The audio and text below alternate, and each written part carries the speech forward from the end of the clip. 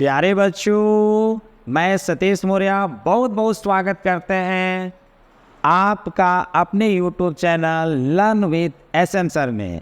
आज की वीडियो में हम आपको बच्चों बताएंगे कि आपका जैसे वैद्युत ध्रुव की अक्षीय स्थिति में किसी बिंदु पर वैद्युत क्षेत्र की तीव्रता की गणना करना हो या सत्यापन करना हो तो आप कैसे करेंगे।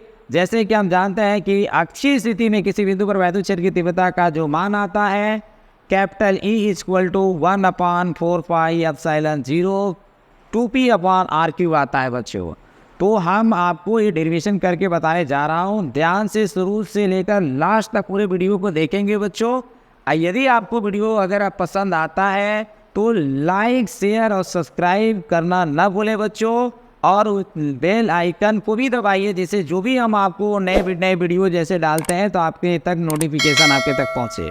और ध्यान में रखें कि जब भी मैं डेरिवेशन या कोई भी आपको टॉपिक पढ़ाता हूं तो मैं पहले बता चुका हूं कि आप रफ और कलम को रेडी रखें बच्चों, और ध्यान से वीडियो को समझें और आप इसको नोट्स भी बनाएं जिससे कि आपको आगे दोहराने में, आपको तैयारी करने में कोई दिक्कत बच्चों ना हो।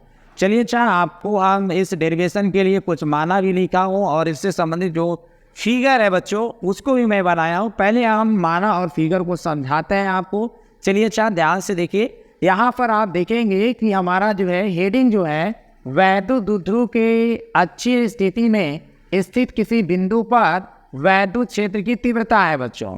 अब हम करेंगे क्या, हम माना आपको बताएंगे माना में क्या आपका जो है लिखना है। जैसे अगर हम पहले आपको फिगर अगर हम समझाते हैं तो फिगर पर आते हैं तो यहाँ पर एक वैद्युत ध्रुव होता है जिसका नाम ए बी है। वैद्युत ध्रुव आपको पता है कि प्लस क्यू माइनस क्यू से मिलकर बना होता है, इसलिए आपका वैद्युत ध्रुव ए बी है जिसका एक का आपका ध्रुव माइनस क्यू है, दूसरा सिरा प्लस क्यू होता है और इसके मध्य बिंदु को ओ से दिखाया जाता है। और दोनों आपका वैद्युत ध्रुव के बीच की जो दूरी होती है बच्चों उसको हम 2l से दिखाते हैं। तो मध्य बिंदु वो होगा तो अर्ध दूरी, अर्ध लंबाई क्या होगा, अर्ध दूरी क्या होगा तो l होगा। तो हम करेंगे क्या, दोनों ध्रुवों को मिलाने वाली रेखा को हम आगे की ओर दाईं ओर बढ़ाएंगे और इसी रेखा पर एक बिंदु P लेंगे, और P लेने के बाद हम देखेंगे प्लस Q के कारण जो है बिंदु P पर उत्पन्न वैद्युत क्षेत्र की दिशा जो है वो आपका इस डायरेक्शन में होता है, यानी B से P की ओर होता है। और बच्चों अगर हम बात करें कि माइनस Q जो हमारा बिंदु P पर वैद्युत क्षेत्र की तीव्रता उत्पन्न कर रही है उसकी डायरेक्शन क्या है, तो यहाँ पर ध्यान में रखो उसकी जो डायरेक्शन है माइनस क्यू के कारण जो उत्पन्न हो रहा है वैद्युत क्षेत्र तीव्रता E2 का, उसकी जो दिशा होती है P से A की ओर होता है बच्चों। अच्छा, ऐसा इसलिए होता है कि जिस बिंदु पर वैद्युत क्षेत्र की तीव्रता हमको देखना होता है उस बिंदु पर मान के चलते हैं कि परीक्षण आवेश हमारा है, हम तो धन परीक्षण आवेश है, तो प्लस क्यू है तो यहाँ पे भी प्लस है, तो दोनों के बीच आपका ये क्यू नॉट यहाँ पे परीक्षण आवेश पर लगने वाला बल की दिशा प्रतिकर्षण बल के रूप में होगा, इसलिए दूर भागेगा। इसलिए जो वैद्युत बल की दिशा होती है उसी डायरेक्शन में वैद्युत क्षेत्र की तीव्रता की दिशा होती है। तो बच्चों अगर माइनस क्यू है तो क्यू नॉट पर लगने वाला आकर्षण बल की डायरेक्शन किधर होगा, इधर होगा, इधर होने का मतलब P से A की ओर होगा। इसलिए माइनस क्यू के कारण जो वैद्युत क्षेत्र की तीव्रता P पर उत्पन्न हो रहा है उसकी दिशा हम P से A की ओर दिखाए हैं, जिसको हम वेक्टर E2 से प्रदर्शित करेंगे बच्चों। उसके बाद बात करते हैं दूरी का। तो वैद्युत ध्रुव AB के मध्य बिंदु O से जो दूरी है बच्चों बिंदु P तक का वो R है, और बिंदु जो B है, B से जो हमारा P तक का दूरी है बच्चों वो R-L है, और माइनस क्यू आवेश से लेकर के जो हमारा दूरी P तक का है वो R+L है बच्चों। इसके बाद सारे फिगर को ध्यान में रखते हुए अगर यहाँ पे आपको ध्यान रखना कि AB जो हमारा जो वैद्युत ध्रुव है ऐसे माध्यम में रखा गया है जिसका परावैद्युतांक K है बच्चों। इसी तरह से अगर माना में बहुत ज़्यादा नहीं लिखने की जरूरत है, जो मेन चीज़ें है उसको आपको बताना है। जैसे मैंने बताया है, माना वैद्युत ध्रुव AB को ऐसे माध्यम में रखा गया है जिसका परावैद्युतांक K है, और इसका अच्छे स्थिति के मध्य बिंदु O से R दूरी पर एक बिंदु P है जिस पर वैद्युत क्षेत्र की तीव्रता ज्ञात करना है बच्चों। यानी वैद्युत ध्रुव AB को आगे बढ़ाने के बाद जो रेखा मिला इसको अच्छी रेखा कहते हैं। मध्य बिंदु O से R दूरी पर एक बिंदु P है जहाँ पर हमको परिणामी वैद्युत क्षेत्र की तीव्रता ज्ञात करना है बच्चों। इसके बाद हम आ जाते हैं मैथमेटिकल टॉपिक पे, और आपको हम सिद्ध करके बताएंगे कि किस तरह से हमारा अक्षीय स्थिति में स्थित बिंदु P पर वैद्युत क्षेत्र की तीव्रता का मान प्राप्त होगा। चलिए इसके लिए हम लोग करते क्या है, जरा ध्यान से देखिएगा, क्योंकि ये आपका डेरिवेशन बोर्ड की दृष्टि से, अर्धवार्षिक एग्जाम जो होगा उसकी दृष्टि से कहीं ना कहीं बहुत बहुत इंपॉर्टेंट है। अगर ध्यान से समझ लेंगे तो मैं समझता हूँ कि आपको 100% ये डेरिवेशन तैयार हो जाएगा बच्चों। चलिए हम सिद्ध करते हैं और बताते हैं।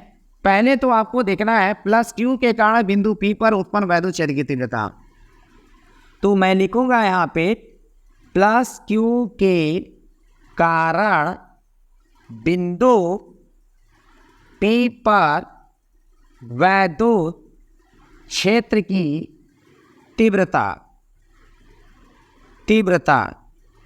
बच्चों ध्यान से देखिएगा, तीव्रता जब निकालेंगे तो प्लस क्यू के कारण बिंदु P पर जो वैद्युत क्षेत्र की तीव्रता है हम वेक्टर E1 से दिखाए हैं। तो परिमाण के रूप में अगर लिखूंगा तो E1 बराबर 1 बटा हो जाएगा 4 पाई एप्सिलॉन 0। यहाँ पर वैद्युतांक Q को हर में लिखेंगे और आवेश हमारा Q है। दूरी हमारा B से लेकर P तक का जो दूरी है बच्चों R माइनस L है, इसका स्क्वायर करेंगे। डायरेक्शन बताना चाहते हैं प्लस क्यू के कारण उत्पन्न वैद्युत क्षेत्र की तीव्रता का, तो इसकी दिशा B से P की ओर होगा, यानी हम लिखेंगे वेक्टर BP से दिखाएंगे बच्चों।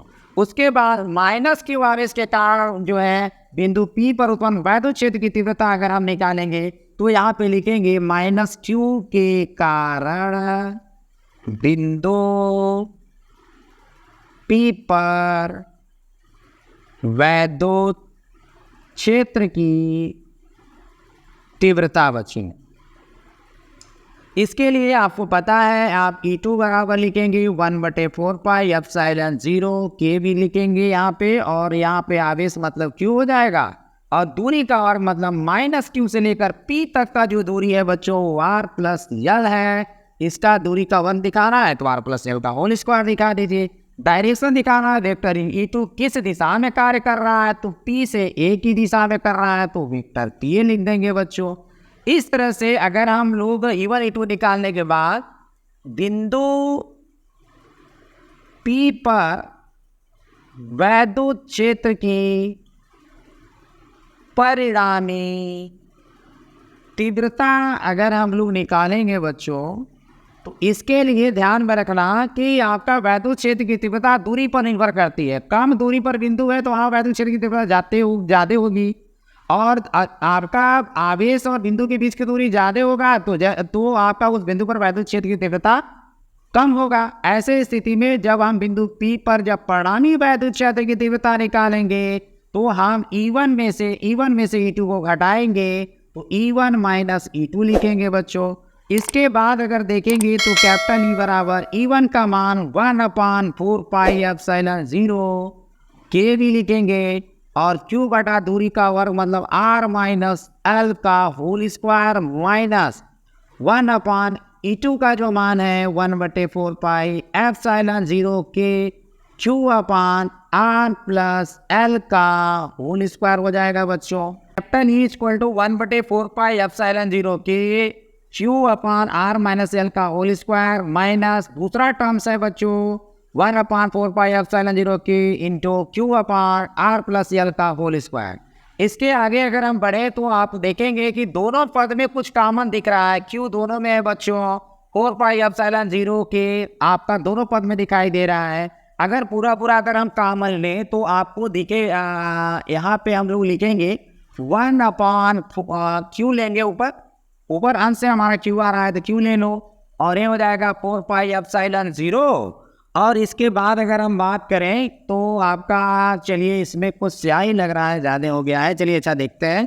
4 पाई एप्सिलॉन 0 के भी लेना है बच्चों, और इसके बाद अगर हम देखें तो अगर हम कॉमन लेने के बाद अगर हम पहले पद पर भाग लगाएंगे तो Q/4 पाई एप्सिलॉन 0 के कट जाएगा बच्चों, 1/ बचेगा R माइनस L का होल स्क्वायर माइनस दूसरे टर्म से बचने वाला है भाग लगाने के बाद।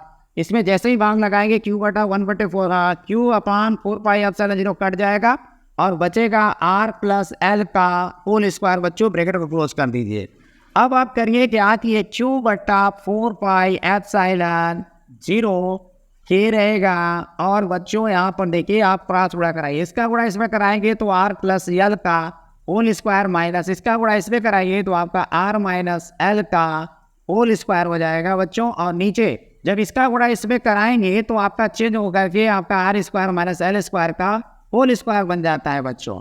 अगर हम आगे बढ़ते हैं तो Q अपान 4 पाई एप्सिलॉन 0 के, और यहाँ पर आप देखेंगे कि ए स्क्वायर माइनस बी स्क्वायर, तो पहले ब्रैकेट में ए प्लस बी तो आर प्लस एल, और दूसरे ब्रैकेट में बच्चों हो जाएगा आर प्लस एल। अच्छा, पहले ब्रैकेट में ए प्लस बी मतलब ए का स्थान पर R plus L plus B, B की जगह पे आर माइनस एल डालो तो बाहर प्लस रहेगा तो अंदर का चिन्ह नहीं बदलेगा बच्चों।